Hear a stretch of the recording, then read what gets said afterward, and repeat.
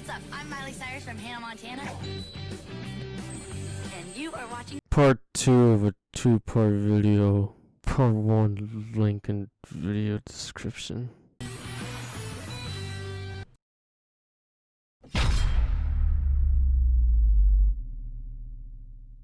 But now it's time to get to the game's adventure mode. Buckle up, everybody. This is gonna get long. Adventure. The story mode begins with a big baddie looking at Data on Team Hot Wheels, aka the Justice family. Oh yeah, and he has no legs. He picks one of his goons that has the best chance of beating them, and that's it. Oh, he actually has legs. Alright, cool. Now we switch to a race that's about to begin. This is where we finally meet our titular hero, Max Justice. Some kids play basketball after school. I have a reputation to defend. If you recognize his voice, it's because Max is voiced by David Kaufman, aka Danny Phantom himself. This game actually has an impressive amount of vocal talent. I'll explain when those characters appear. Max is just your everyday cool kid. Races for pink slips, hangs out with all the popular girls, drinks weed with his friends, you know, cool kid stuff. He races some wannabe racer until plot happens. Uh-oh. Not good. Distress signal from home base. Time to cut and run. But even a warning of potential family annihilation doesn't stop Max from destroying his opponent, sending the plebeian through a glitch in the Matrix. I'm looking for you, Justice. But oh no, he's too late to stop the damage. But I'm still too late. This is more than a simple break-in. Somebody was looking for something. Gearhead! He saves his robot friend Gearhead, and now we move on to the first mission. Just as a side note, I'm going to skim through a lot of these missions since they contain much of the same gameplay. Can't tell if he got away. I know one thing though. Somebody's messing with the wrong family.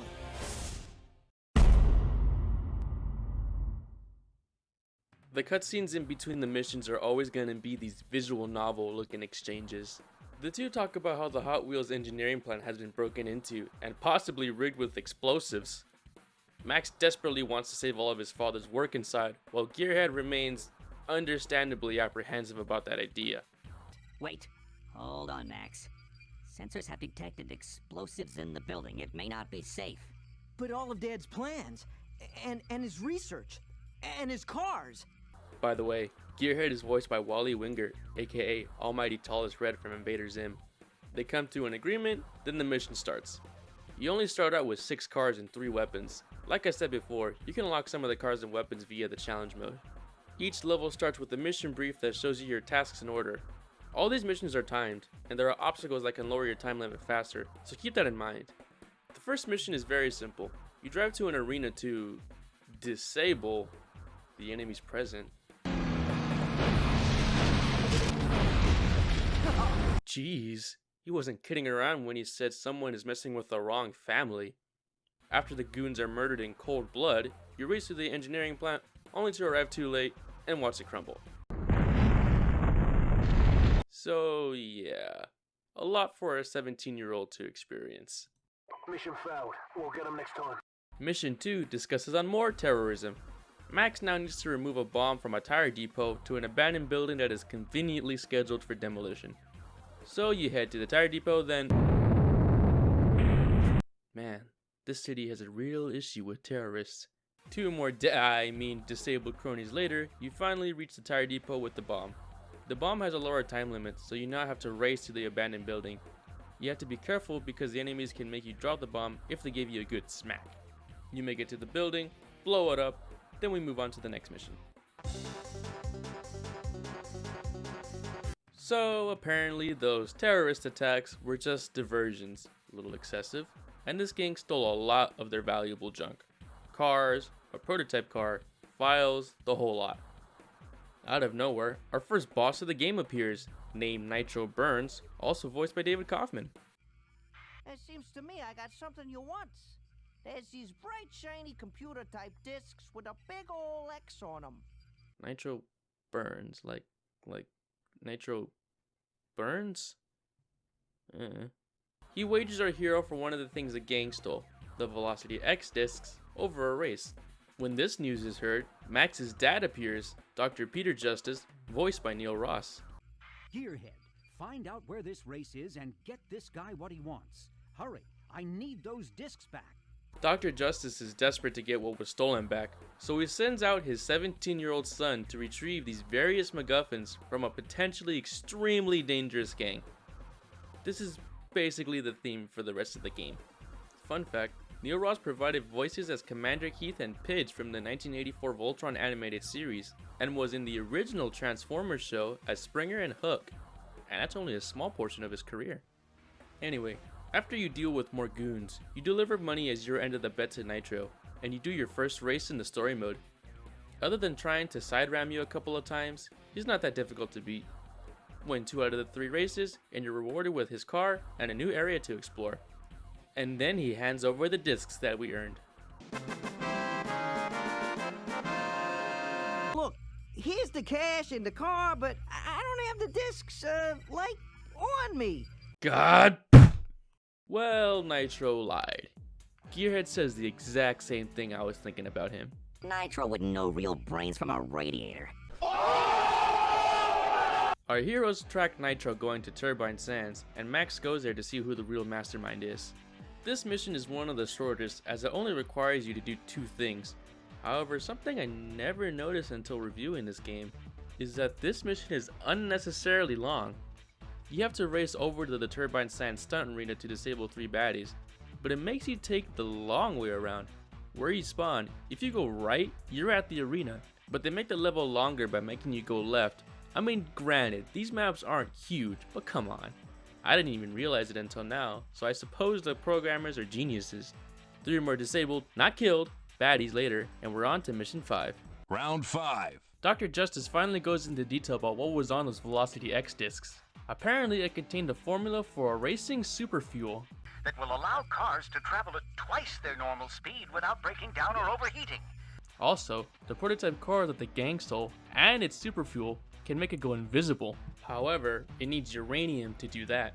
Speaking of uranium, Dr. Justice discovered that a shipment of uranium is being delivered across town, and that a train has been stolen to transport their stolen vehicles out of the area.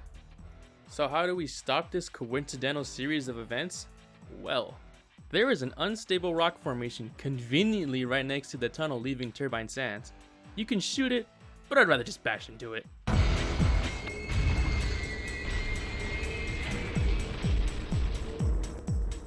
Then, suddenly, a convoy of goons come out with the uranium, murder the convoy in cold blood, and take the uranium back to home base. This is one of my most favorite exchanges in the whole game, because it has my favorite villain character, Backroads Belcher, voiced by the late Joe Olasky, aka the successor to Mel Blanc. If you don't know who Mel Blanc is, he voiced Bugs motherfucking Bunny. I'm just gonna let him talk for just a second. I told y'all you was gonna be roadkill. Now you's got something I want. Let's talk trade. You gots to pony up my glowing metal stuff that you stole from my driver. But my favorite part of the cutscene has yet to come by. Listen. Is that so? Just for that, I'm sending a few of my boys down to take the metal from you by force. Har, har. I was gonna get it from you all one way or t'other, so's if you ain't got the metal here real soon, the deal's off. And don't y'all bother trying to find me. Har, har, har. So, as you heard, Belcher here wants to challenge Max for the uranium. So, after meeting Belcher and following him to the destination point, whilst trying not to get blown up by as many bombs that he just poops out, you two have a good old-fashioned Mexican standoff.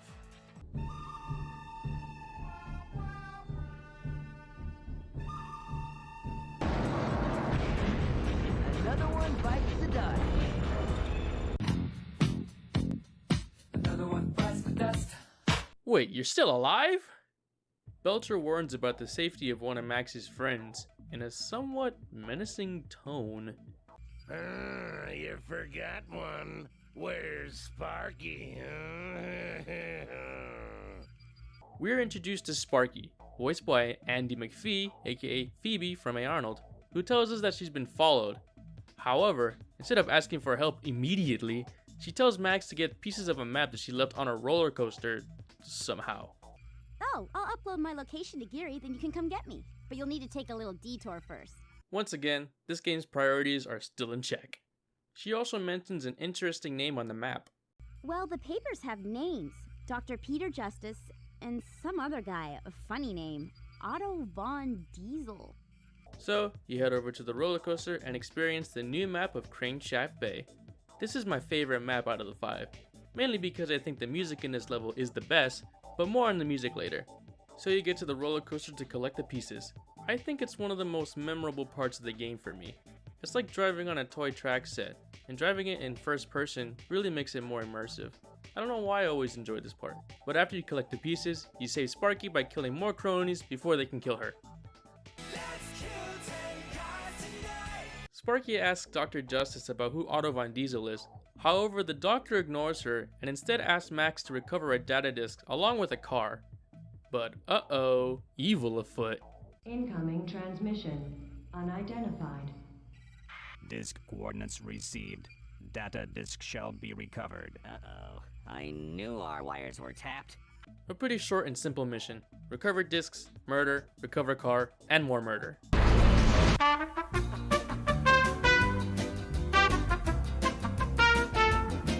Dr. Justice informs the crew that inside the trunk of the Maelstrom that we recovered is a data cube containing backup files for the Velocity X. Then he just bails. Meanwhile, I must depart. Farewell.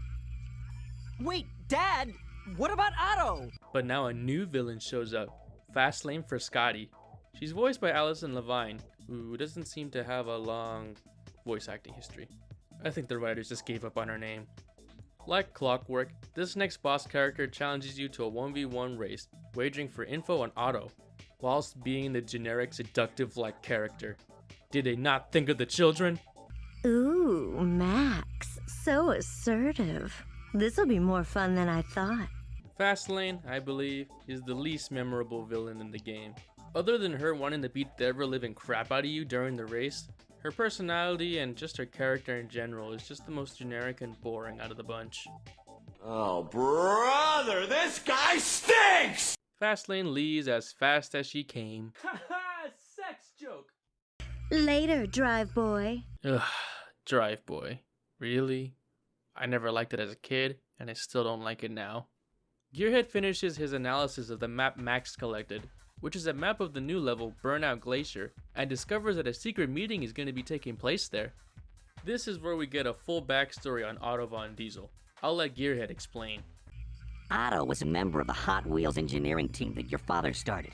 They collaborated on many advanced vehicle designs, among other things, until Otto was dismissed for bypassing safety procedures. After that, Gearhead successfully taps into the baddies' communications as payback, and discovers that they're gonna blow up a volcano? This puts the other two buildings blown up before to shame. And of course, the priorities are always in check. Go to the meeting first, and then stop Pompeii Part 2. So you go to the meeting, I think, and then the big boss himself shows up in the stolen Prototype 12. You have to tell Otto to where the rocket is, again avoiding more bombs. Unless you're like me and use the shortcut. The rocket destruction is super easy.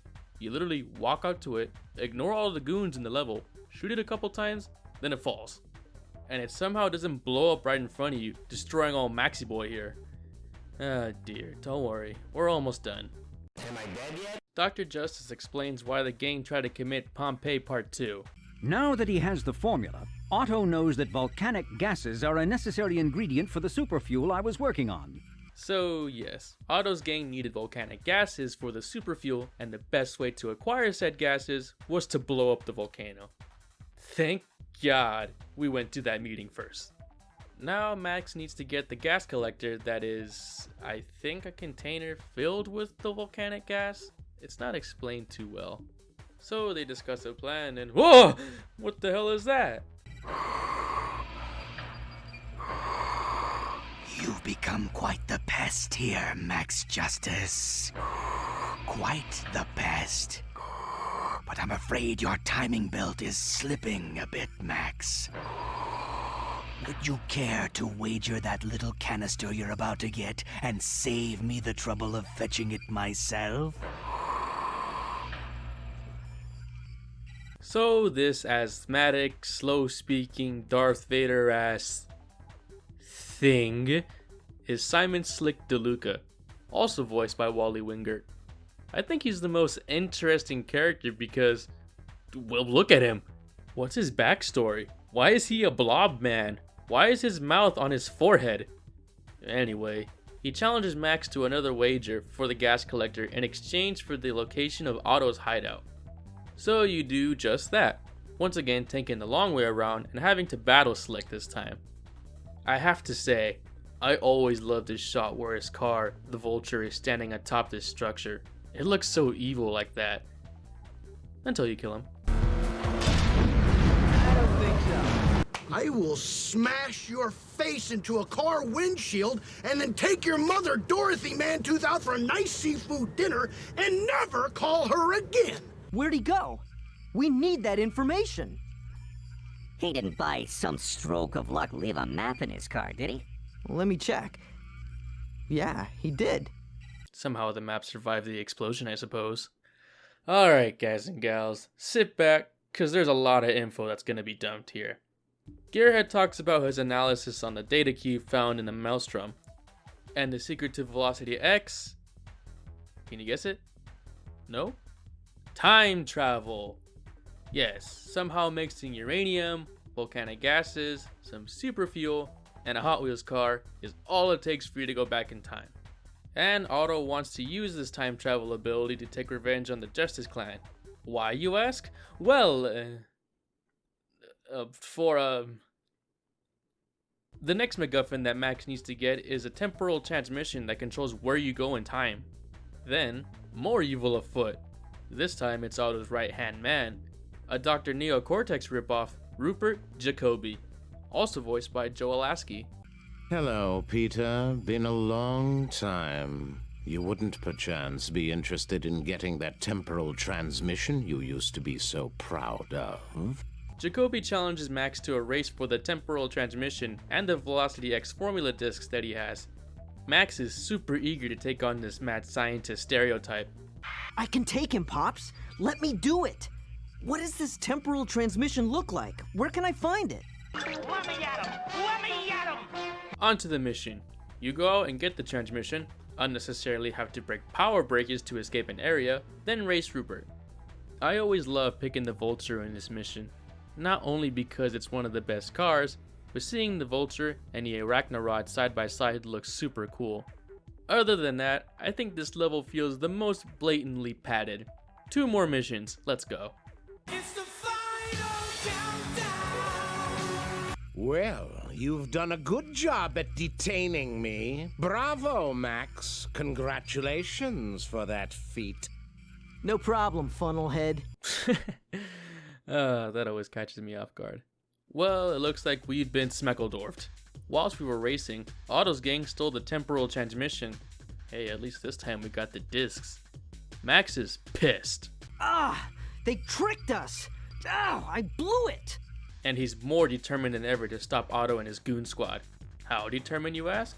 Well, determined enough to go into Otto's underground bomb-ridden sewer lair and kill all the previous bosses. Some of them he already killed. Imagine being so pissed you bring back to life a bad guy you killed in the past just to kill him again. Goodness, this 17-year-old has some anger management issues. So after you Rambo Otto's base, you get to the final mission. Please let this be over already.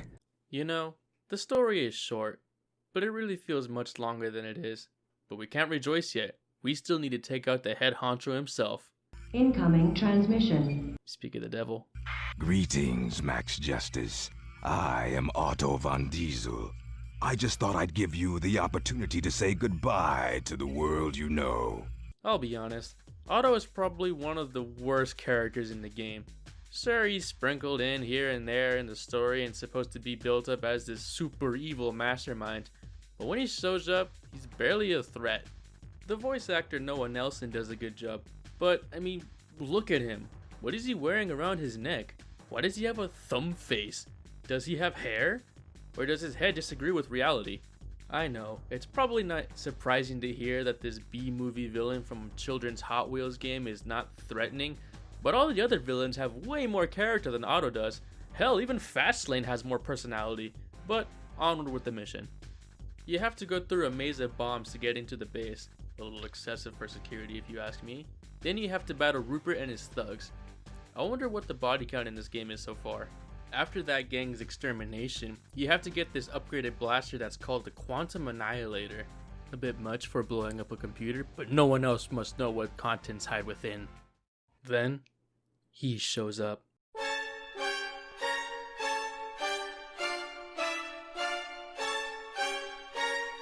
Every time I see that shot of the Prototype 12, it still brings me chills.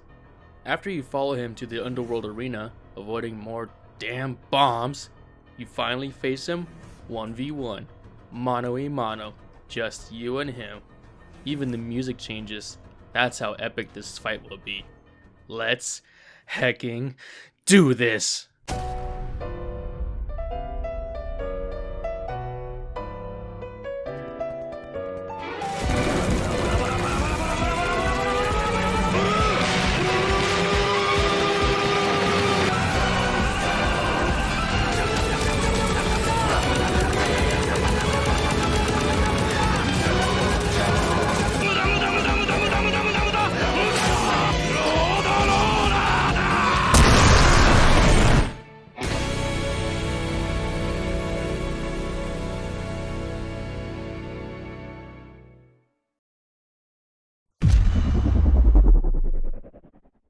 Things got back to normal pretty quickly.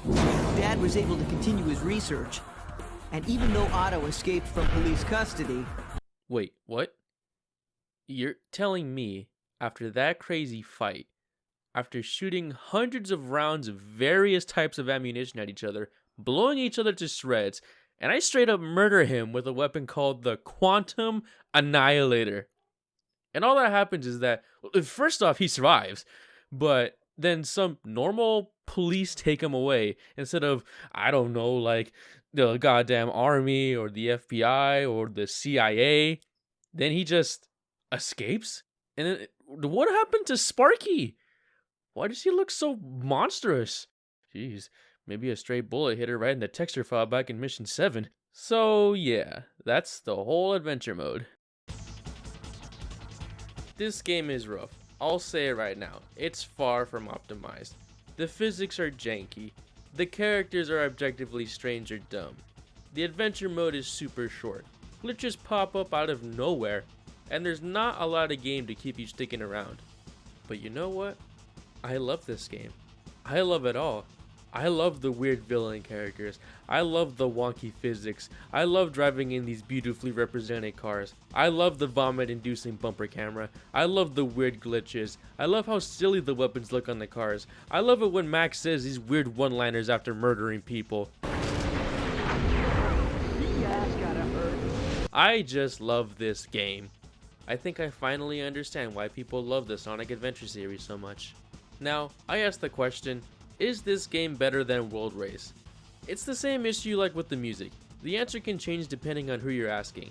Some might say Velocity X is their preferred game, while others prefer World Race. It isn't easy because both are two completely different types of racing games. One is a dedicated racer, while the other is a vehicular combat game. Both have their pros and cons. World Race is a much more put together racer with a movie tie-in and 4 sequels behind it, but it doesn't help that the game itself gets pretty boring pretty fast. Velocity X has more game modes and is a much more pleasurable experience, I think, but of course the game still feels like you're playing a wonky mess. So, which one is the better game? World Race because Smash Mouth Car.